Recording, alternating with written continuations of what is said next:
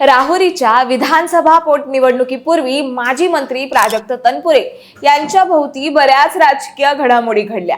अगदीच हिंदुत्वाची चाल, भाजपची शिष्टाई आणि राहुरीची पोटनिवडणूक न लढवणं एवढंच नाही तर ईडी चौकशीतून मुक्तता आणि आता मी राष्ट्रवादीत अशी केलेली घोषणा या सर्व घडामोडींमुळे माजी मंत्री प्राजक्त तनपुरे यांना राष्ट्रवादीचे सर्वेसर्वा शरद पवार यांची लवकरच भेट घेणार असल्याची माहिती समोर आली आहे। आणि याच राजकीय घडामोडीबद्दल आपण सविस्तर जाणून घेणार आहोत ते या व्हिडिओच्या माध्यमातून। दरम्यान चॅनलवर नवे आला असाल तर इकडे खाली दिसत असलेल्या सबस्क्राइब बटनवर लगेच क्लिक करा।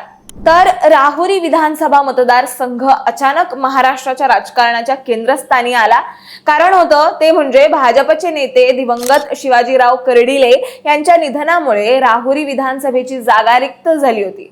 आता या पोटनिवडणुकीत शरद पवार गटाकडून कोण उतरणार हा प्रश्न होता आणि सर्वांच्या नजरा होत्या त्या एका माजी मंत्र्यावर, ते म्हणजे प्राजक्त तनपुरे। खरं तर राजकारणाचे दीर्घ अनुभव असलेले प्राजक्त तनपुरे यांनी मविया सरकारच्या काळात राज्यमंत्री म्हणूनही काम केलं होतं। त्यामुळे भाजपचं पाठबळ असतानाही अक्षय कर्डिले यांना राहुरीची पोटनिवडणूक जड जाण्याची शक्यता होती।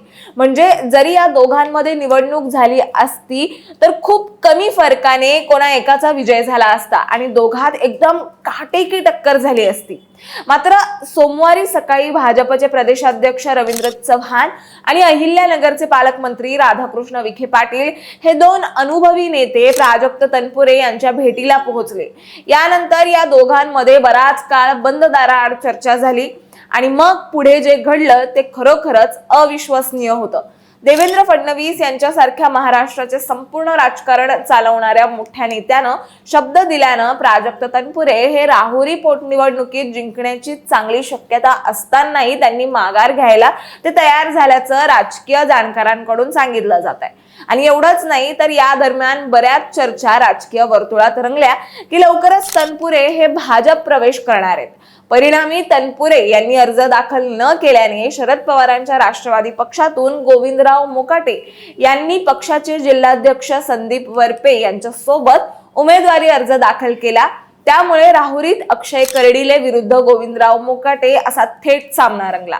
बरं, आता येतो सगळ्यात महत्त्वाचा प्रश्न, तो म्हणजे ईडी चौकशीतून मुक्तता आणि निवडणुकीत तटस्थ भूमिका घेणं अथवा निवडणुकीतून माघार घेणं यांचा काही संबंध आहे का? तर सांगते, ईडीच्या केसमध्ये आर्थिक गुन्हे शाखेने 1 वर्षापूर्वी क्लोजर रिपोर्ट न्यायालयात सादर केला होता। पुढे काही तांत्रिक बाबींमुळे निकाल यायला वेळ लागला आणि क्लोजर रिपोर्टच्या आधारे ईडीला पुढील तपास करता येणार नाही असा ईडी न्यायालयाने निकाल दिलाय। एवढाच नाही तर ईडीची केस माझ्या एकट्यावर नव्हती, यात राज्यातील 50 ते 60 जणांचा समावेश होता असं तनपुरे स्वतः सांगतात। पण राजकीय जाणकारांच्या मते तनपुरेंची निवडणुकी संदर्भात तटस्थ भूमिका असणं आणि ऐन निवडणुकीच्या आधी तनपुरेंची ईडीची पीडा जाणं हा योगायोग बरंच काही सांगून जात आहे। त्यामुळे साखर कारखाना व्यवहाराशी संबंधित आर्थिक गैरव्यवहाराच्या प्रकरणातून ईडी कडून त्यांची मुक्तता झाल्याने राजकीय चर्चांना उधाण आलंय। यातच ईडी न्यायालयाचा निकाल त्यांच्या बाजूने आला असल्याने आता तनपुरे यांनी मी शरद पवार यांचाच कार्यकर्ता असल्याचं म्हणत पुन्हा साथ घातलीये। आपण कोणताही पक्ष सोडलेला नाहीये, आपण राष्ट्रवादी काँग्रेस शरदचंद्र पवार गटातच कार्यकर्ता असल्याचं त्यांनी ठामपणे स्पष्ट केलंय। भाजपमध्ये जाणार असल्याच्या चर्चा पूर्णपणे निराधार असून त्याचा कोणताही संबंध नसल्याचंही त्यांनी म्हटलंय।